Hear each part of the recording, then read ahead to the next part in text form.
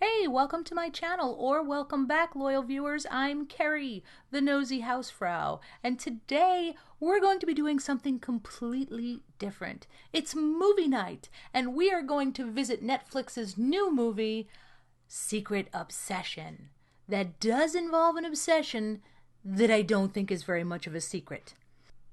So pull up a chair, get your favorite snacks, beverage, popcorn, and we are going to take a very close look at this steaming pile of cinematic cowplop so that you don't have to waste your time watching it unless you want to. Warning, there are spoilers ahead if you've never seen a Lifetime movie or Scooby-Doo. Now, some people were very upset with Netflix for showing the entire movie in the trailer.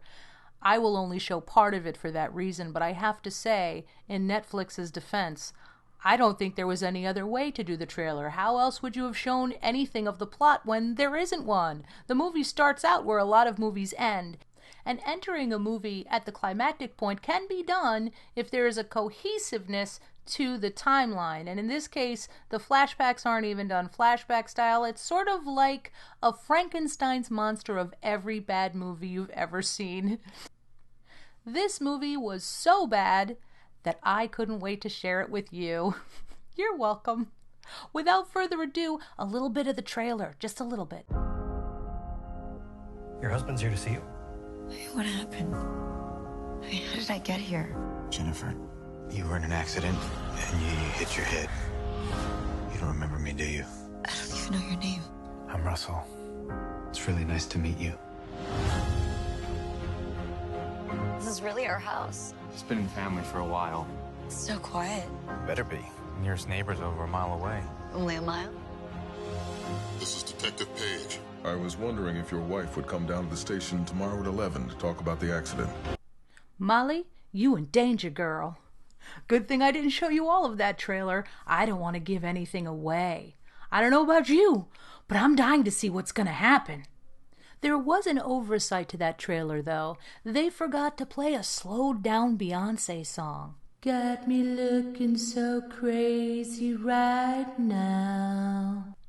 Quick heads up, almost all of this video essay is going to be in still shot form because I have to be careful lest I get Count Demonade, if you know what I mean. Okay, well, I have kept you from this masterpiece long enough. You've been warned about the spoilers. Here we go. Our movie starts out with a girl, clearly the protagonist, running for her life. It is an extraordinarily long sequence of running. She even tries to use a payphone, because those are a thing, and then finally, kaboom! In the midst of the medical montage, we see a handsome man burst into the hospital frantic. He is very obviously her husband, and he runs up to the triage nurse, telling her he got a call. He's very worried. It's his wife, obviously.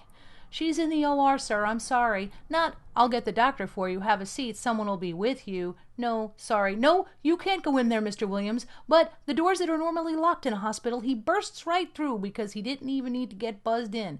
And no one's going to tell him he can't go see the woman who is very obviously his wife. There's some medical staff who are like, what? And he goes right to the room, as you do in any large hospital, even though most people can't even find the cafeteria with signs. Good thing they left the operating room door open while they're saving her life. I hope this hospital is better at medicine than they are security. But the generic medical staff he passed in the hall has taken it upon themselves to become security. Sir, you can't be here, even though you have a very nice hairline and are clearly her husband. You'll have to go to the waiting room. Or sit on the floor in a busy hallway, where the triage nurse will walk right past you until you stop her and ask her for an update. The triage nurse tells him that his wife is still in surgery, and for some reason, he asks her if his wife happened to tell anybody anything about what happened to her. Instead of saying she'll get a doctor or Dr. So-and-so will be with you, she takes it upon herself to give him a medical update, using phrases that no one in any hospital would ever use. She says, Mr. Williams, your wife, she's had a lot of internal bleeding on her brain. Because that's how medical people talk. She has had internal bleeding of the brain kind. Then, while the woman is still in surgery, the triage nurse, with a stethoscope and no ID badge, tells him it's possible she won't remember anything. It's possible possible she won't wake up? What the hell are you telling people? You don't know she's gonna have amnesia. Enter Detective Page, exactly who you'd expect to see after an accident. He gets a call that something's afoot, and on his way to investigate, just before he gets to the scene, we see him popping some kind of prescription pills like they're Tic Tacs. Guess that's none of our business. Finally, we see frantic husband at her bedside, and I don't want to say that stare is creepy, but that's the exact look I gave the spaghetti warehouse waitress when she served us a bunch of charcoal briquettes and tried to pretend that it was the brownies in the picture. But he's just worried sick, so he kisses that weird ace bandage that looked like she bought it at CVS to prepare for a Civil War reenactment. But they're not alone. A plot red herring, creepy man, is at the window, as most hospital doors have, and we know he's evil because he's blurry and we can only see half his face, and I don't know how he can see in, but that is not important. What's important is he's ominous, just like the music that plays when he appears. Enter Detective Page again, as finally the husband is questioned by law enforcement in what I can only describe as one of the silliest investigation scenes I've ever seen to hit any size screen. Have you been having problems at home? You and Jennifer? What do you mean? What do you think he means? He's asking you if she's in good hands. After a very brief exchange, completely devoid of any tension, the detective gives him his card in case anything should come up. I'm guessing this very important scene was supposed to be fraught with building tension. The husband playing this line of ambiguity where we don't know if we can trust him, and we can see the detective's wheels turning. None of that was there. Instead of it being the cat and mouse that I think is possibly intended, it played as two bored guys making small talk in a waiting room. This movie is shameless in its use of cliches, and it doesn't even attempt to do them well. Here is Detective Page telling his superior officer, we'll call him Captain Obvious, that he has reason to believe there was someone else at the scene of the crime. There were witnesses, the truck was pulling a car, and her car is missing. But instead of this being a good reason to proceed, he is met with resistance. Oh, Detective Page. His superior officer tells him, I know what day this is. Okay. And then he says, whatever you do won't make up for what happened. Something happened. Oh, a cop with a troubled past and some regret? Gotcha. Well, that's true. It won't make up for what happened. But it will solve this crime if he does his detective work, which I'm thinking he still has to do. That's like saying, stopping a new murder won't stop that old murder. Stop doing all of this mystery detective work and get back to homicide. He tells him brilliantly, if you're going to run with this, make sure it's for the right reason. And in what is clearly meant to be the catchphrase of the movie, the detective shoots back, this was no accident. Oh no, red herring dude, creepy McCreepster, is visiting her at the hospital, and he is done up exactly like Terminator. They see his boots coming out of the car, the boots walking into the hospital, he's got the leather jacket with the chain, but this is all wrong. You can't dress like the T-800 and play the music of the T-1000, right? Am I right? When the nurse asks him who he is, he says, a concerned party. Yeah, that'll get you in the door. It's a medical miracle, she's awake, but who the hell is this guy? You don't remember me, do you? I don't even know your name. I'm Russell. It's really nice to meet you. Congratulations on my attractiveness.